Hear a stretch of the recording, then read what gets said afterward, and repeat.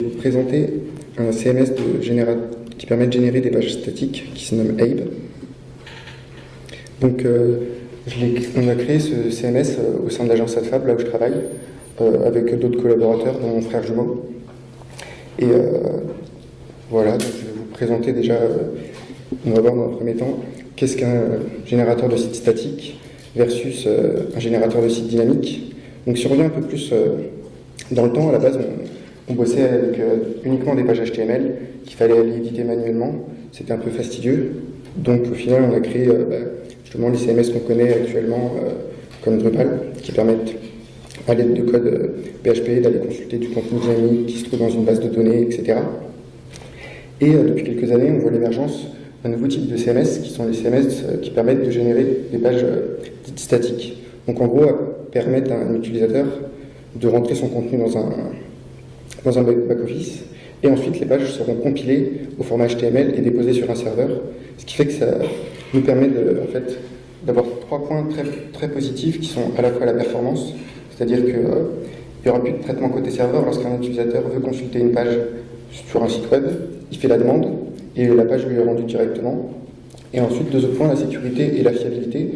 Effectivement, vu qu'on n'a pas de code, par exemple PHP ou Node.js qui est exécuté sur le serveur, pas d'appel à la base de données, on a moins de points où il peut rencontrer une erreur, et donc peut-être que le serveur renverra une erreur à l'utilisateur, ce qui pourrait qui causerait carrément qu'il ne voit pas la page. Donc c'est une des raisons qui ont fait qu'on a voulu s'orienter sur ce type de génération vers des pages statiques. Donc, Abe, en quelques mots, il a été créé en 2015. Actuellement, on est en version 3. Donc, on a itéré sur 3 versions qui nous ont permis, dans un premier temps, de créer le CMS. Ensuite, on a ajouté, enlevé des features en fonction de nos besoins. Et on a beaucoup bossé sur la version 3 pour en fait augmenter les performances et aussi faire un gros refactoring du code pour qu'il soit le plus performant possible. Donc il faut savoir que ce CMS, il est à la fois fait par des développeurs. Pour des développeurs, on a essayé de faire en sorte qu'il soit vraiment le plus simple d'utilisation, mais qu'il permette quand même de faire extrêmement beaucoup de choses, mais de façon très simple. Donc il est écrit en Node.js, il se base sur le serveur d'API Express, et les pages compilées sont compilées à l'aide de Handlebar qui en fait permet de prendre une template, de la donner JSON et de l'émerger pour créer en fait une page HTML. Donc voilà, il est open source. Après refactoring, on doit en être à peine 3000 lignes de code pour un CMS, qui est pas énorme. Donc étant donné qu'il est open source et qu'on propose à tout le monde de participer au développement, je pense qu'il est assez simple de rentrer dans le projet et de proposer du code. Donc on va voir quelques fonctionnalités, je les ai listées de façon non exhaustive. Donc déjà, un point très important, il possède un CLI, une command line tool, donc qui peut être installé via NPM, ce qui fait qu'on peut l'installer sur son poste si on a Node.js et NPM installé en quelques minutes. Il a un back-office qui est personnalisable, on a une gestion d'utilisateurs, on peut proposer des différents workflows de contribution, par exemple avoir des pages qui seront en type brouillon, des pages qui seront en attente de review, des pages qui seront publiées, etc.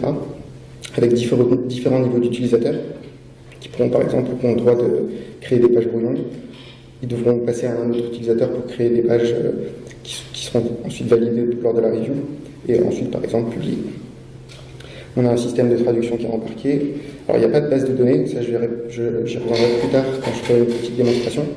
Mais en gros, tout est au format JSON, et ces JSON sont sur le disque dur, donc on va lire sur le disque des JSON lorsqu'on les utilise. Donc pas de base de données. Il y a une API, donc ça pareil, je le démontrerai, mais en vérité, tous ces fichiers JSON sont une API qui peut être consultée depuis si on en fait la demande, via par exemple des appels HTTP. Donc j'avais déjà dit la gestion d'utilisateur, et bien sûr la finalité, donc c'est compiler des pages statiques. Donc je vais vous montrer quelques exemples de sites qui ont été réalisés avec ce CMS. Je vais changer en recopie vidéo par contre, ce sera plus simple pour moi.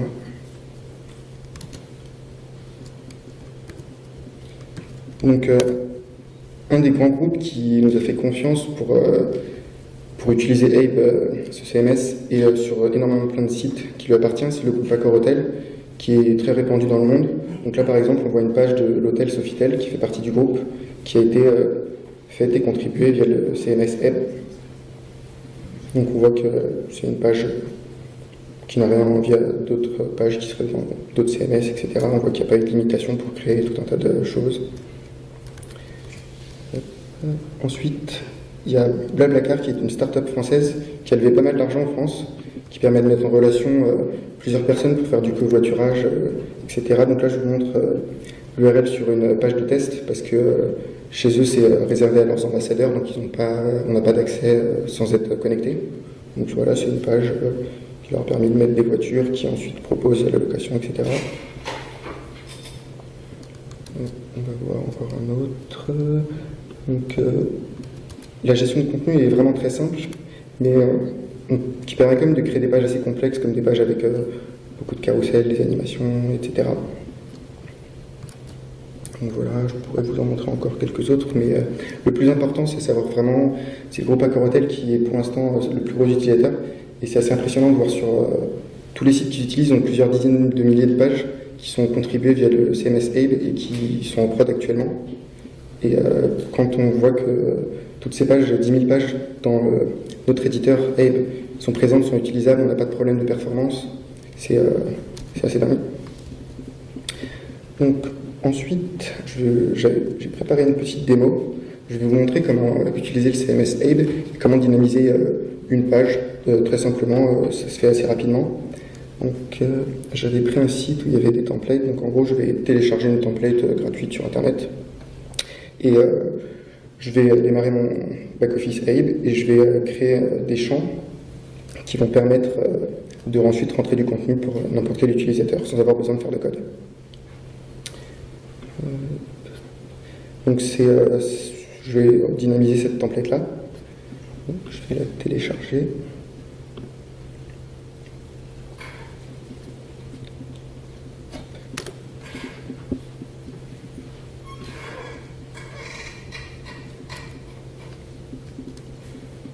Donc là, je vais juste rapidement enlever tout un tas de choses qui ne me seront pas utiles, parce que c'est des pages, enfin c'est des éléments qui permettent de compiler des sources, etc. Donc moi, j'en ai pas vraiment besoin. Donc voilà. Donc là, j'ai ma template avec ces assets, et ensuite je vais d'abord créer un projet. Donc là, on va pouvoir voir comment fonctionne la commande light tool de Abe. Donc par exemple, déjà pour installer Abe, donc je vous l'ai pas dit, il suffit de faire un npm install -g de Abe CMS. Moi, je ne vais pas le faire vu qu'il est déjà installé sur mon poste. Ensuite, je peux utiliser une commande Abe depuis mon terminal. Par exemple, un truc basique que font toutes les lignes de commande. Si je fais un Abe-v, je vais pouvoir obtenir la version. Actuellement, on voit qu'on est en version 3.7.5. Donc là, je vais créer un projet. Donc je fais la commande Abe create. Je vais appeler, il faut que je donne un nom de dossier. Par exemple, je vais appeler my website. Voilà. Donc là, ça va m'avoir créé. Je sais pas, est-ce que vous voyez tous bien? C'est pas trop petit. C'est petit. Voilà. Ah. Désolé. Voilà. Donc j'ai fait cette commande-là. Ça m'a créé mon site web. Donc si je regarde, je vois bien qu'un dossier My Website a été créé. Donc je vais aller dedans. Voilà. Et donc ça m'a créé différents dossiers. Donc moi je vais supprimer le dossier référence et le dossier structure, parce que pour une introduction, j'ai pas vraiment besoin de les expliquer. Dossier structure. Donc en gros, voici comment est la structure d'un projet fait en Abe. Donc on a le dossier data, c'est ici que sont écrits tous les fichiers qui sont des fichiers JSON, donc en fait c'est là où toute la donnée va être stockée. On a un dossier thème, qui par défaut contient un thème qui s'appelle défaut, dans lequel on va mettre nos templates, donc c'est des templates HTML, donc c'est la template que j'ai pris sur le site internet à l'instant que je vais mettre dedans. Et ensuite, là où les deux vont être fusionnés, donc la data plus les templates vont être déposés dans le dossier site, et ensuite ce dossier site il peut être pris, mis sur un serveur, il contient toutes nos pages HTML compilées et prêtes à être mises en prod. Donc voilà, je vais ouvrir un éditeur de texte.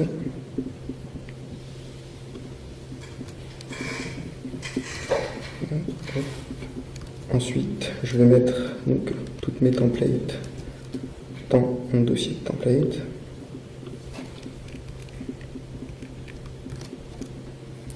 Voilà. Je vais juste ouvrir la template HTML dans un premier temps parce que je l'ai vu tout à l'heure quand je l'ai testé avant la démo, qu'il manque en fait le slash avant toutes les assets. Donc vu qu'ils seront servis en absolu, je vais juste les rajouter partout. Voilà, ainsi que sur les SRC.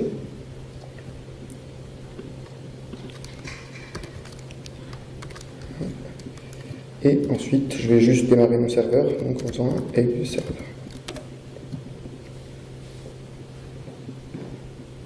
Voilà, donc il me dit que mon serveur est en train de tourner sur le port 3000, donc je vais aller tout de suite le voir.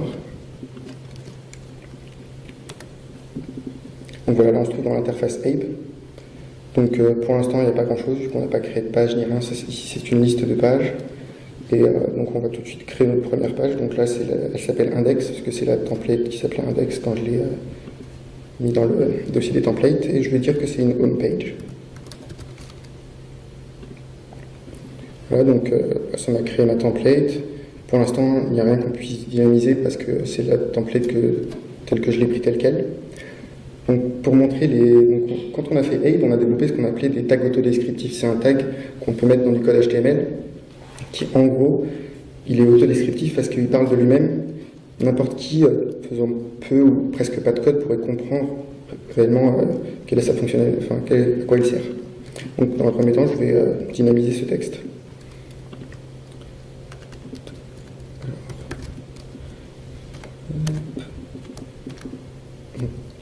Il se trouve ici.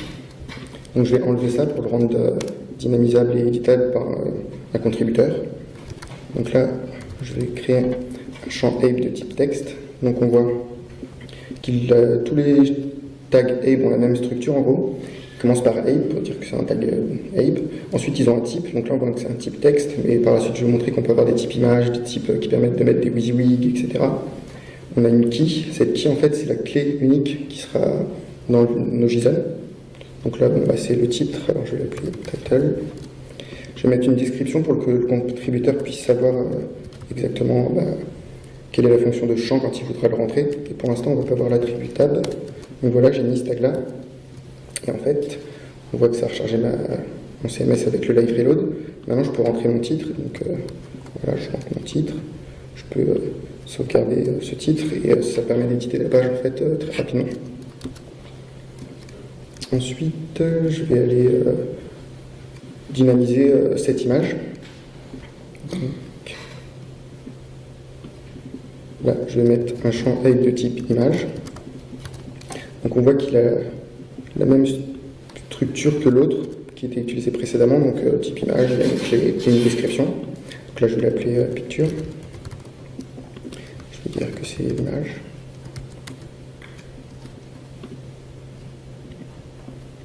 Donc maintenant j'ai un champ image que je peux rajouter, donc on voit que mon image a disparu temporairement le temps que je rajoute mon image. Donc voilà, j'ai uploadé une image, bon, elle n'a pas le bon format, mais ça c'est normal. Ensuite je peux sauvegarder. Alors ensuite par contre, là on s'est dit quand on a développé ce CMS qu'on aimerait bien aussi pouvoir donner la possibilité par exemple à l'utilisateur de mettre un nombre 1, 2, 3, 4, 5 images. Donc ce qu'on a développé, c'est un système qu'on appelle les each. Donc en gros, je vais supprimer toutes ces images, sauf une. Voilà. Je vais rajouter un bloc de type each, donc ça tombe bien, je vais l'appeler bloc. Je vais rajouter tout le contenu de mon image dedans. Et je vais juste changer la clé pour dire qu'elle appartient à l'objet bloc. Donc l'objet bloc, il aura des images en fait. Il faut imaginer ça comme un tableau. Donc voilà, donc là, normalement, toutes mes images vont disparaître, ainsi que celles que je viens d'uploader, que je n'ai pas sauvegardées. Et je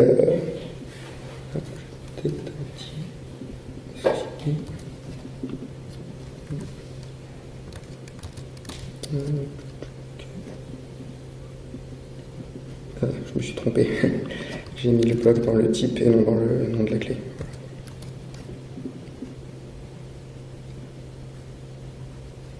Donc là maintenant l'utilisateur va avoir la possibilité de rentrer un nombre infini d'images sur son site. Donc voilà, s'il veut, il peut en mettre 6 comme c'est fait actuellement, il pourra en mettre 3, il pourra en mettre autant qu'il veut. Et donc on aurait pu imaginer que dans ce type de champ each, on aurait pu mettre encore tous les tags ape qui sont disponibles, comme les WYSIWYG, les textes, les liens, etc. Ensuite, je vais continuer à dynamiser. Donc, comme on peut le voir, c'est assez rapide. Moi, j'ai en plus des snippets que j'ai créés qui me permettent de créer des tags ape super rapidement dans mon éditeur de texte. Donc, c'est vraiment pratique. Donc, voilà. J'ai pas sauvegardé, donc je vais perdre mes images. Donc là, on voit qu'on a tous les champs qui sont équitables petit à petit.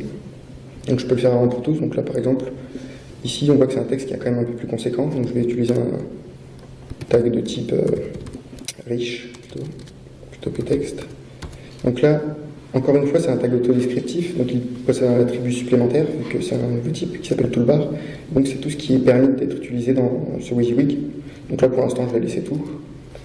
Donc là, on voit qu'on a tout un tas d'éléments qui permettent d'éditer notre texte, que ce soit du bold, des couleurs, des smileys, tout un tas de formatages. Mais ici, j'aurais très bien pu le restreindre en disant que je garde uniquement le bold et l'italique. Donc là, à nouveau, ça va se recharger. J'ai bien à disposition que le bold et que l'italique. Voilà. Ensuite, on peut aussi parler, souvent, on va avoir besoin de faire de la réutilisation de code d'une template à une autre. Donc, par exemple, imaginons ce bloc contact qui se trouve ici. J'aimerais bien le réutiliser d'une page à une autre. Donc là, pour l'instant, je vais le supprimer parce que je vais le ressortir dans ce qu'on appelle un partial. Donc on voit qu'il a disparu. Et dans mon dossier de partial, je vais créer un nouveau fichier qui s'appellera contact.html. Voilà. Je recopie-colle tout mon code. Et maintenant, je vais juste l'importer avec un nouveau tag ape de type import cette fois. Voilà, et je vais dire que j'importe le contact.html. Donc normalement, il est bienvenu et il pourrait être utilisé d'une template à une autre. Voilà. Ensuite, d'autres choses qu'on pourrait dynamiser, par exemple le bouton dans le logo.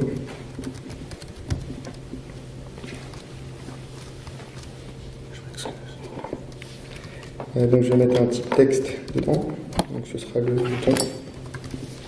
Et la description, ce sera le texte du bouton. Voilà. Je vais aussi vouloir pouvoir éditer le lien, donc je vais mettre un tag ape de type link. Voilà, donc ce sera copier le lien, comme description, le lien par exemple. Donc là on voit en plus ils sont typés que mon lien, on va par exemple je vais mettre google.com.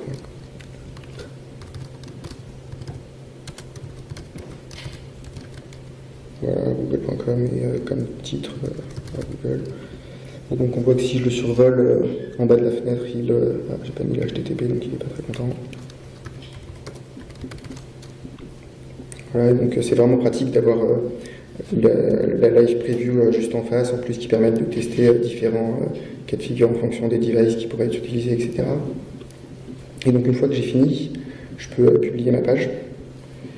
Donc qu'est-ce que ça a fait? Comme je l'ai dit précédemment, ça a pris donc, toutes les données JSON qui se trouvent ici. Donc là, ici, on voit bien qu'on a nos données JSON avec les différentes versions. Donc chaque version d'une page qui a été mise en draft, etc., est versionnée. Donc on garde un historique de ce qui s'est passé, on peut revenir en arrière dessus. Ensuite, on a ma template qu'on a vue tout à l'heure, rien d'extraordinaire, c'est celle qu'on a dynamisée avec notre tag ape. Et ensuite, ces deux éléments ont été pris, ont été mergés pour créer cette page qui s'appelle homepage.html. Et en fait, on peut en voir la preview ici, et donc prendre ce site et le mettre sur notre serveur, et voilà, en gros, notre site est fait. Alors, je voulais pas faire la démo de toutes les fonctionnalités en rentrant tous les tags un par un, parce que ça aurait été un petit peu long. Mais je vous ai fait un petit exemple de ce qu'on pourrait obtenir si on faisait un site vraiment complet. Donc pour une page, donc je vais aller dans mon autre dossier d'exemple.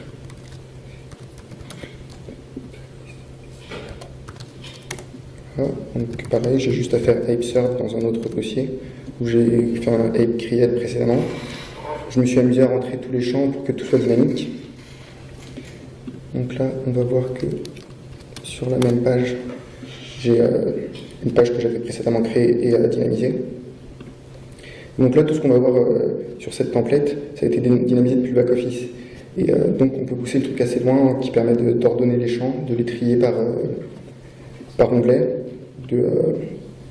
d'avoir nos blocs each qui nous permettent de faire des boucles pour rajouter du contenu à l'infini. Par exemple, ici je me suis amusé à rajouter une vidéo, donc j'ai juste eu à mettre le champ de l'ID YouTube. Et ça m'a permis après, dans mon code HTML, de faire apparaître une vidéo qui prendra l'ID YouTube qui aurait été utilisé. Donc voilà. Ensuite, on peut aussi customiser la façon dont on va générer notre page par un système, comment ça s'appelle, de slug qui nous permettra donc de créer notre page. En fait, ici on voit que cette page se trouve dans un sous-dossier, que si je grossis un petit peu, dans un sous-dossier EN, animation, Lego Movie et Batman.html. Et donc quand je crée des pages, grâce à des tags ape que j'ai rentrés dans notre template, j'ai permis que des listes déroulantes apparaissent, que l'on puisse prendre des champs select qui permettent donc d'utiliser des catégories pour créer notre page. J'ai même, grâce à un des champs ape qui permet en fait de faire des appels à des API, j'ai pris l'API de OMDB et donc je peux faire de l'autocomplétion sur des API externes pour créer ma page. Tous ces tags peuvent être utilisés aussi au sein même d'une template. Là, par exemple, on pourrait créer le Joker. Hop. Et donc là, on voit la page qui n'a pas été remplie, bien sûr, est totalement vide, sauf une image que j'avais mis en background. Donc voilà. Donc je peux vous montrer en gros à quoi ressemble une page ape qui contient tous ces tags qui permettent de créer en fait la page qu'on a vue précédemment. Donc elle est ici, c'est la page index. Et donc tout ce qu'on a vu avant qui m'ont permis de créer, toutes ces listes déroulantes qui m'ont permis de créer le slug dans lequel va se trouver mon dossier, où se trouve ma page au final, ont été créés grâce à ces 4 types de tags ape. J'ai pas eu à coder dans un langage en particulier, j'ai juste eu à mettre ces 4 types de tags. Je vais probablement pas rentrer dans les détails puisque c'est peut-être un peu trop pour une simple introduction. Ensuite, on voit que j'ai découpé tous mes éléments dans différents partials, que j'ai mis tous mes types de tags ape. Et donc, vu que j'ai d'autres templates sur ce projet, je pourrais réutiliser tous ces partials dans les autres templates. Et voilà en gros. Ensuite, quand je l'ai publié, ça l'a publié dans la bonne arborescence que j'avais choisie, donc sous le dossier EN, animation, Lego Movie. Aussi, j'ai pas parlé dans Ape, on a fait un système qui permet en fait de créer des plugins pour enrichir tout ce que propose déjà Ape. Donc moi je sais que de mon côté j'ai créé des plugins qui permettent de faciliter le SEO, j'ai créé des plugins qui permettent de créer des nouveaux types de tags Ape, par exemple des types calendar, parce qu'on a besoin d'un calendrier, un date picker, des color pickers, des choses comme ça. Et donc tout ça on l'a prévu dans Ape, ce qui fait qu'on peut vraiment l'enrichir et surcharger tout ce qu'il nous offre. Il nous arrive même, vu que c'est open source, si on trouve qu'un plugin est super intéressant, on peut l'incorporer à Ape comme il est arrivé avec le plugin user. Donc c'est pour ça justement que sur celui-là que j'ai fait, cette seconde démo que j'avais préparée à l'avance, on voit ici en haut que je suis connecté en tant qu'admin. Donc j'avais parlé plus tôt qu'on avait une gestion d'utilisateurs. Et donc là, moi j'ai créé donc, justement toute cette gestion d'utilisateurs à partir d'un seul fichier. Et donc ce fichier, c'est un fichier qui s'appelle ape.json. C'est un peu comme pour avoir un package JSON pour NPM ou autre.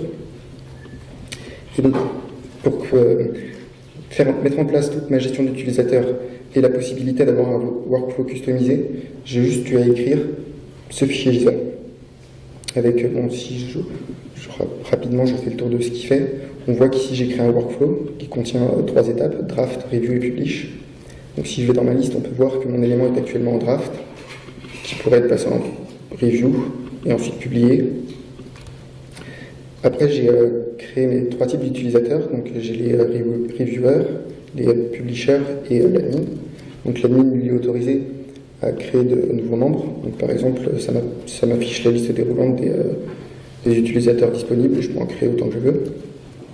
Et ensuite j'ai juste défini les routes qu'il est autorisé à visiter pour chaque utilisateur. C'est pour ça, par exemple, qu'un utilisateur de type reviewer ne sera pas capable d'aller publier une page parce qu'il n'a pas l'accès à cette route. C'est pour ça que vraiment Abe, il est API first. Parce que tout se base sur les API avec des autorisations, etc. Et voilà. Et donc j'ai juste à écrire tout ça pour avoir vraiment... donc ma template, elle a dû me prendre, je pense, 30 à 40 minutes à écrire pour mettre tous mes tags Abe. Ensuite, ce fichier JSON, c'est vraiment un fichier de config.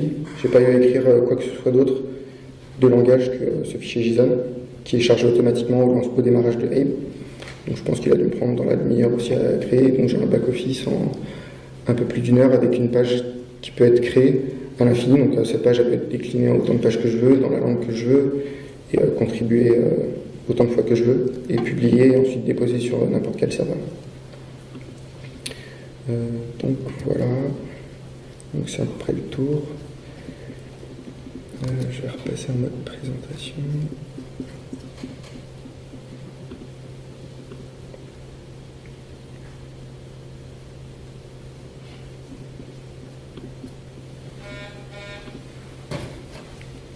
Donc voilà, on a eu le droit donc à la démonstration où je vais montrer rapidement comment dynamiser une template HTML à partir d'une template statique que j'avais récupérée et comment ensuite cette contribution peut être très facile via le back-office du CMS Abe. Et donc voilà, je voulais vous remercier d'avoir suivi cette intervention et d'avoir appris un peu plus sur le CMS Abe et comment il est capable de gérer beaucoup de pages il peut être à la fois utilisé pour le simple blogueur qui veut faire ses pages lui-même. On peut imaginer comme des grands groupes pour qui on travaille l'héberger sur des serveurs qui sont ensuite utilisés par des contributeurs qui viennent du monde entier pour contribuer des milliers de pages. On peut aussi le voir pour des sites vitrines, pour même du e-commerce avec des API comme Stripe ou des choses comme ça. On peut faire énormément de choses, donc c'est pour ça qu'il est à la fois un peu hybride entre le dynamique et le statique.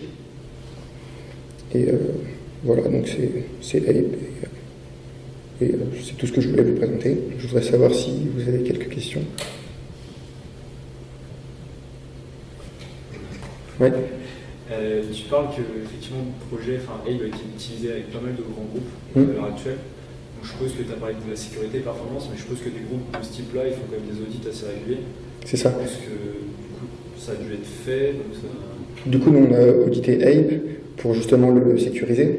Mais justement, un de ses avantages, c'est qu'on pourrait imaginer, comme là je l'ai fait, bosser et faire tout son site sur son poste local, compiler ses pages HTML qu'on dépose ensuite sur le serveur. Ces pages HTML sont a priori inattaquables, vu que c'est juste un fichier HTML qui n'a aucune logique. Une fois qu'un utilisateur le demande, il n'y a pas de traitement, comme je le disais par exemple, par du PHP ou des requêtes vers une base de données. Donc, pour moi, je ne vois pas plus sécuritaire que Abe et en gros la méthodologie qu'il utilise. Oui, en fait, si je comprends bien, ça ne fait que des pages statiques à HTML. C'est ça. Donc ça empêche au final d'utiliser comme des plugins de moteur de recherche dans le site, etc. C'est vraiment que des pages vitrines, puis c'est tout. C'est ça. Alors, étant donné que tous les JSON sont présents comme je l'avais montré quand j'avais... je peux vous montrer... donc, quand j'étais dans ma page, si je mets en fait, je change le format HTML vers le format JSON, j'accède en fait à toute la donnée que j'ai contribuée dans ma page. On pourrait imaginer qu'une API vienne la consomme et puisse faire des recherches sur tous les fichiers JSON qui sont présents en fait dans le projet Abe. Ensuite, il y a autre chose dont je vous ai pas parlé. Donc c'est dans la doc. Je vous invite à aller la voir. Donc c'est sur le projet Abe CMS qui est open source et que tout le monde peut utiliser. Donc ici, on a fait une doc des principaux types. Ah ben, désolé.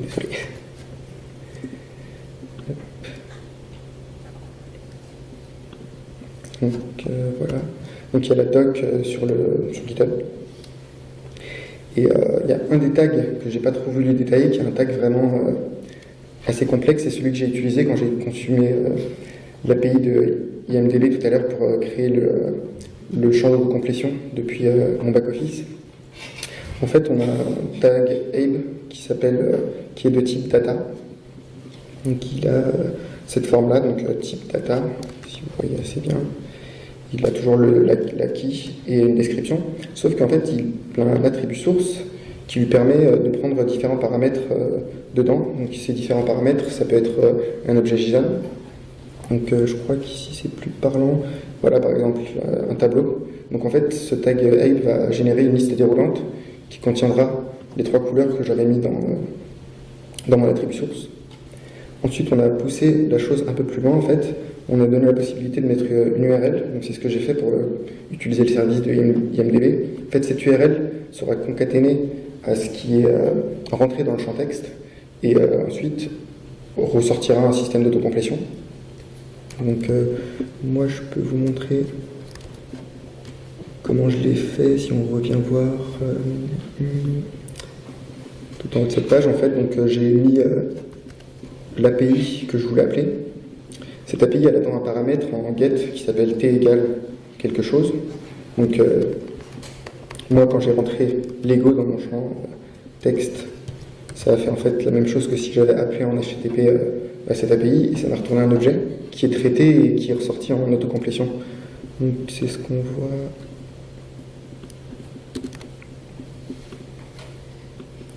Et donc, en fait, cette chose-là, ça nous permet vraiment d'utiliser des choses qui font que ça dynamise, en fait, ça rend le statique dynamique, vu que là, on peut vraiment aller chercher des API, on peut même imaginer inclure des pages dans d'autres pages, on peut consommer notre propre JSON dans le dossier data, pour justement que des pages parlent entre elles. Par exemple, on pourrait imaginer créer un header qui a un lien vers une autre page de notre site, grâce à ce système de tags avec des data.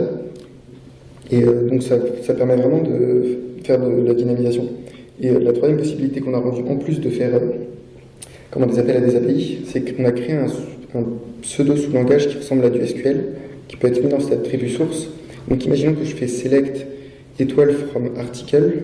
En fait, toutes les templates, toutes les pages qui ont été générées et publiées, qui se trouvent sous le dossier article, vont remonter et vont être mis dans la clé article, ce qui ferait qu'après on pourrait imaginer boucler sur cette clé article et en fait par exemple créer un hub d'articles, une page web d'articles à partir de ça. Et donc on aurait juste en fait à sélectionner, faire ce tag, ça nous remontrer tous nos articles et on pourrait les afficher dans une autre page. Donc là on voit qu'on a quand même du dynamique, parce que plutôt que en fait le contributeur vienne et à la main rentre des champs en disant je veux toutes les pages articles, il va s'embêter à les ordonner par date dans des champs texte, en mettant l'image, en mettant le texte, etc. On peut le faire dynamiquement et en fait, on peut, comme ça, lui n'a pas à le rentrer à la main. Et c'est aussi une des raisons pourquoi le groupe Accor Hotel a voulu qu'on travaille avec eux et qu'on leur propose Abe, parce que eux, ils voulaient justement avoir ces dizaines de milliers de pages en ligne pour, en gros, augmenter leur référencement. Et ils avaient besoin de pouvoir contribuer à une page en moins de 1 à 2 minutes pour en mettre énormément et vraiment remonter dans les résultats de recherche. Et donc, nous, le fait de pouvoir sélectionner des pages dans notre page et présenter beaucoup de pages justement de hub, ça leur fait gagner énormément de temps et ça leur permet de créer des centaines de pages à la journée et de les passer en production assez rapidement. Mais après, ça, quand on commence à parler de ce type de tag, ça devient un peu plus complexe. Donc, pour une introduction, je ne l'avais pas mis dans mon exemple. Et voilà. Au niveau en fait des requêtes SQL, est-ce qu'elles peuvent être assez complexes de répertoire? Je ne sais pas si j'ai des exemples, mais en fait, déjà dans la requête SQL, donc dans ce qui se trouve dans l'attribut source, en fait, on peut aussi passer des variables dynamiques. Donc entre accolades, on pourrait imaginer utiliser par exemple un nom de template ou un nom de quelque chose. On peut variabiliser les choses dans cette requête SQL. On peut faire un vrai select, par exemple, étoile from mon dossier. Ensuite, on peut rajouter des clauses. Donc on voit là, on a le select. On peut faire un from. Ensuite, c'est peut-être pas dans la doc, mais on peut faire where, comme là où il y a le dossier. Donc, non, ils sont vraiment peut-être assez poussés et même parfois assez compliqués à écrire.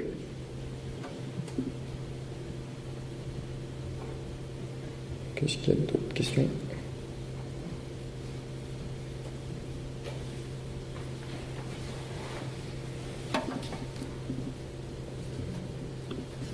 sais pas si d'autres questions. Je voulais juste compléter. Alors je travaille avec Fabrice chez AdFab, je suis chef de projet. Pour un peu compléter la partie technique aussi. Je pense en micro ça doit aller, vous m'entendez bien en haut? Ouais, parfait. En fait, pour compléter, parce que pour effectivement, alors ça a très bien présenté la partie technique, mais dans la partie fonctionnelle et client, ce qui est hyper intéressant, c'est que nous, par exemple, notre record de production de site, on l'a fait en 2 jours et demi. Alors c'est pas du bullshit ou de la poudre aux yeux, c'est vraiment réel. En fait, le client était venu nous voir, c'était un client qu'on connaissait déjà, qui avait un besoin très rapide, c'est-à-dire que dans la semaine, à la fin de la semaine, il avait besoin de son site. Donc il nous a amené son besoin, c'était un site avec de mémoire 3 pages, 3 types de pages, 3 templates. Et en fait, avec le système Abe, ce qui a été hyper puissant, c'est qu'on a défini les blocs dont il avait besoin. Il avait déjà un template HTML qui avait été fait en interne par ses équipes, parce qu'il avait beaucoup de designers et de dev front-end. Et il nous a dit, voilà, moi il me faut absolument un back-office, parce que pour mon client, il faut que je livre ce site, et il faut que je lui donne la possibilité de contribuer du contenu sur ce site.